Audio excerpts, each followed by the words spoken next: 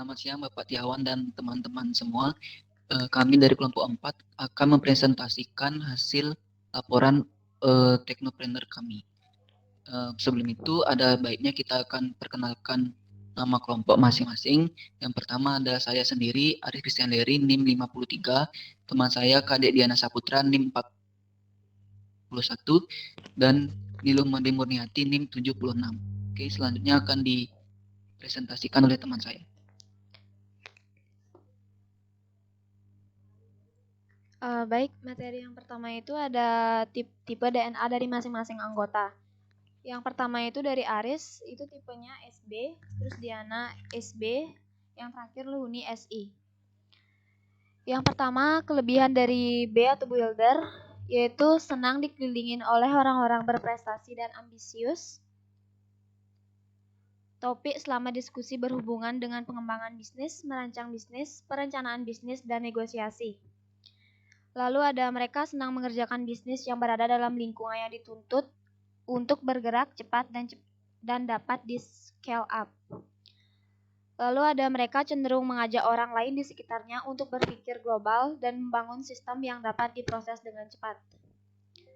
Lalu yang terakhir, mereka sangat bersemangat dalam membangun sesuatu yang baru dan dapat menyelesaikan masalah yang rumit. Lalu yang kedua ada kekurangan dari builder. Yang pertama, mereka kurang mengerti pekerjaan detail seperti pencatatan keuangan, pembukuan, pengurusan SDM, dan lain-lain. Lalu ada mereka tidak akan suka mengerjakan suatu pekerjaan yang monoton, berulang, dan tidak dapat diekspansi. Yang terakhir, mereka adalah ketika mereka berada pada kondisi di mana mereka tidak dapat mengontrol suatu peristiwa. Seperti ketika terjadi kegagalan yang berada di luar ekspektasi, mereka akan mengalami stres, frustasi, dan mudah kecewa pada orang-orang yang menurutnya bertanggung jawab terhadap kegagalan tersebut. Materi selanjutnya akan dijelaskan oleh teman saya. Baik, selanjutnya ada kelebihan dari S atau spesialis. Yang pertama adalah mereka menghargai hubungan personal dengan pelanggannya dan pandai membentuk komunitas untuk kepentingan bisnisnya. Yang kedua, mereka handal dan dapat dipercaya dalam memberikan informasi bagi pelanggannya. Yang ketiga, mereka umumnya senang mengikuti kegiatan berjejaring dan menjunjung tinggi hubungan interpersonal yang profesional, baik terhadap pelanggan, rekan kerja maupun pebisnis dari bidang lain. Mereka mahir dalam menyusun strategi, rencana bisnis, metode produksi dan distribusi, serta promosi yang efektif untuk bisnis mereka. Pengetahuan yang mendalam dalam menangani industri yang telah lama digelutinya memberikan keuntungan bagi bisnis mereka. Selanjutnya kekurangan dari tipe S, yaitu meski mahir menyusun rencana dan konsep bisnis, namun dua hal yang umumnya menjadi kelemahan mereka adalah marketing dan pengembang bisnis. Oleh karena itu, bekerja sama dengan wirausaha dengan DNA oportunis dapat menjadi pertimbangan untuk mengembangkan bisnis mereka. Selanjutnya ada sulit meminta tolong. Mereka umumnya mandiri dan tidak akan meminta tolong kecuali setelah mereka berada pada kebuntuan. Selanjutnya akan dilanjutkan oleh teman saya. Selanjutnya ada kelebihan inovator. Yang pertama, lebih menikmati proses eksperimen dan penciptaan produk atau jasa daripada aktivitas pemasaran dan pengembangan bisnis. Lalu, mereka umumnya bukan tipe orang yang senang berbisnis dan tidak terlalu ambisius dalam mengejar profit. Selanjutnya, sebagai besar wirausaha dengan DNA ini sangat tertutup ketika menghadapi stres dan kekhawatiran dalam bisnis. Lalu, mereka dapat menghasilkan karya terbaik ketika mereka diberikan kebebasan dan sumber daya untuk mengembangkan ide dan konsep inovatif mereka menjadi produk jadi. Selanjutnya ada kekurangan inovator. Kelemahan terbesar mereka terletak pada bidang yang berhubungan dengan strategi bisnis, pemasaran, keuangan, distribusi, negosiasi, penjualan, serta perencanaan bisnis. Selanjutnya dijelaskan oleh teman saya.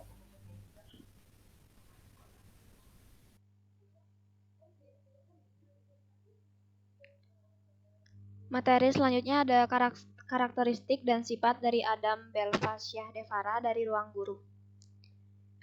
Bisa digeser ke bawah.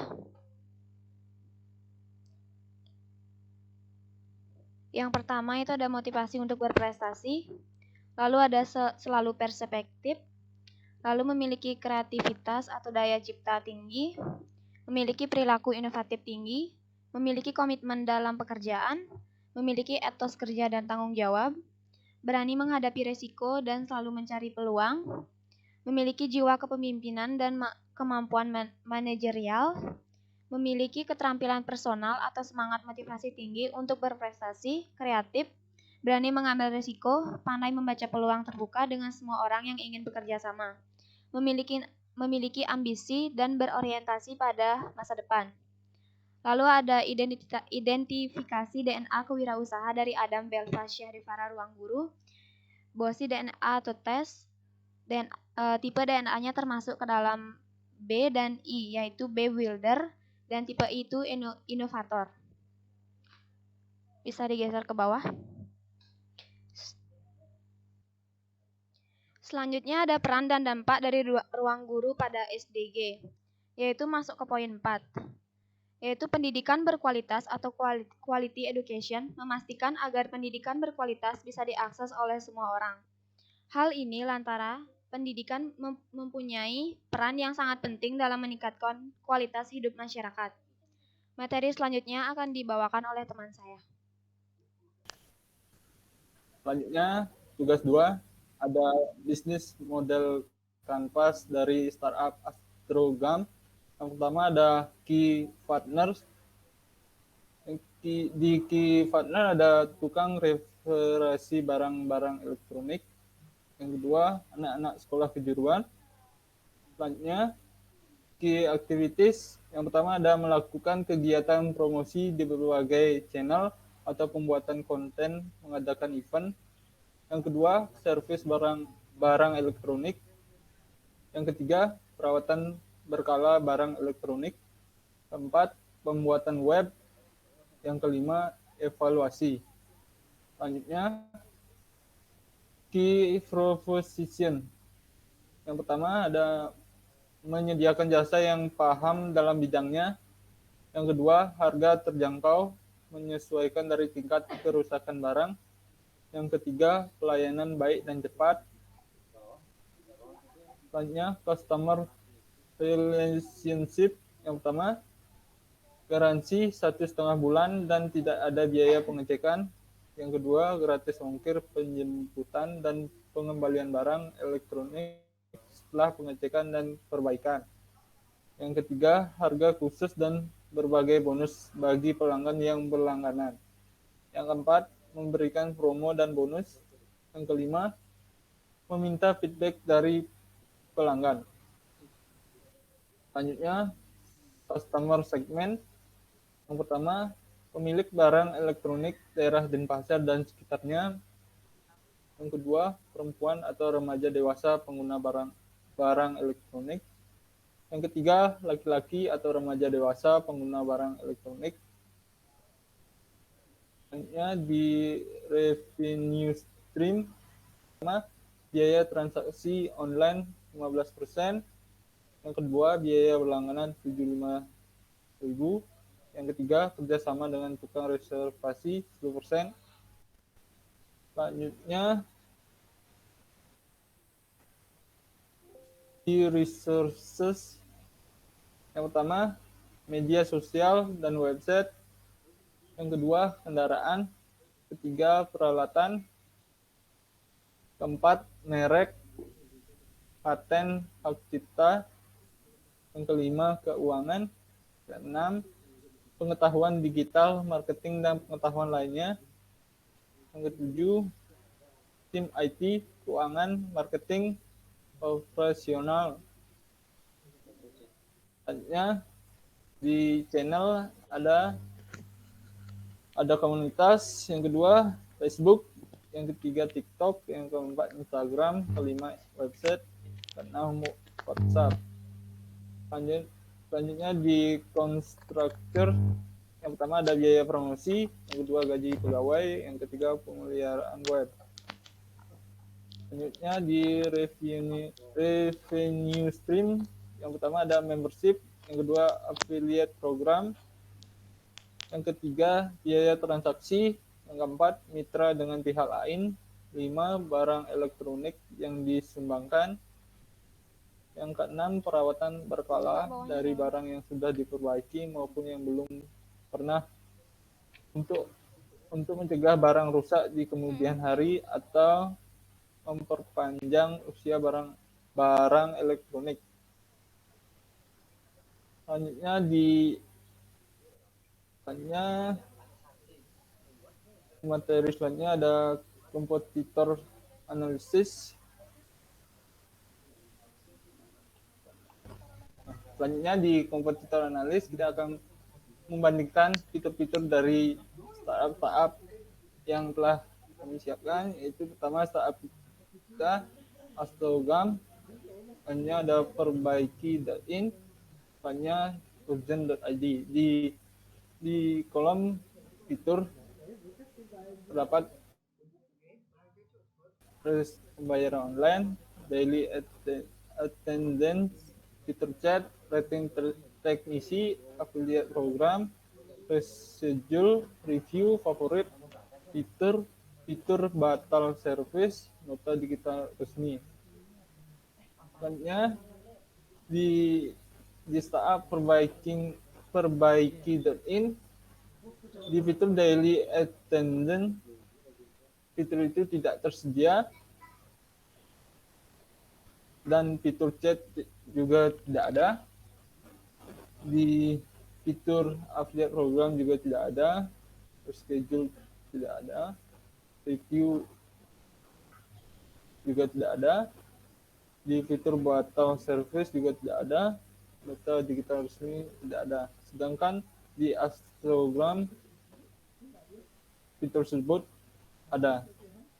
Selanjutnya di startup urgent.id, di fitur daily attendance tersebut tidak ada, di fitur chat tidak ada, di affiliate program tidak ada, di reschedule tidak ada, di favorit tidak ada. Sedangkan di startup Astrogram memiliki fitur tersebut. Selanjutnya dijelaskan oleh teman saya.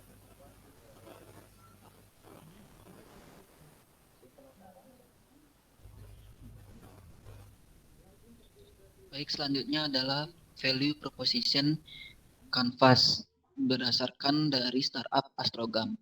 Yang pertama ada produk dan servis yang diberikan, yaitu jasa reparasi barang elektronik dan perawatan berkala barang elektronik. Selanjutnya ada gain creator, yaitu menampilkan informasi jasa terkait permasalahan barang elektronik. Customer juga bisa melakukan chat kepada penyedia jasa dan bisa melakukan pembayaran secara online. Selanjutnya ada pain relievers, yaitu menyediakan profesional reparasi barang elektronik yang bisa datang ke rumah dan dapat melakukan konsultasi secara langsung, juga memberikan pelayanan yang baik. Kemudian menyediakan membership, di mana banyak sekali manfaat yang bisa didapatkan. Salah satunya adalah VIP mode, di mana pelanggan yang menggunakan ini akan diprioritaskan terlebih dahulu sehingga tidak perlu mengantri lagi. Yang selanjutnya ada memberikan berbagai promo dan daily attendance untuk ditukarkan menjadi diskon. Pada klien profil, gain dari klien yaitu mudah menemukan jasa reparasi barang elektronik. Melakukan pembayaran cukup mudah dalam satu platform. Selanjutnya ada pain dari klien, yaitu yang pertama kesulitan mencari jasa reparasi barang elektronik yang bisa datang ke rumah. Yang kedua, kesulitan mencari jasa reparasi barang elektronik yang memberikan gratis biaya pengecekan. Yang ketiga, kesulitan mencari jasa reparasi barang elektronik yang cepat menangani barang yang rusak tanpa perlu mengantri dari pesanan lain. Selanjutnya ada customer job.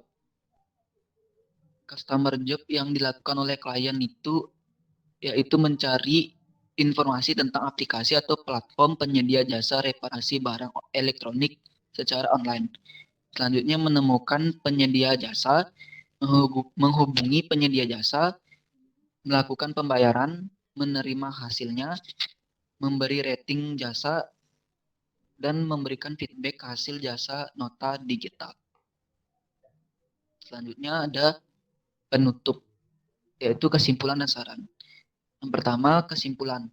Menurut Joe Abraham 2011, setiap manusia memiliki karakter DNA kewirausahaan yang berbeda dan unik satu sama lainnya.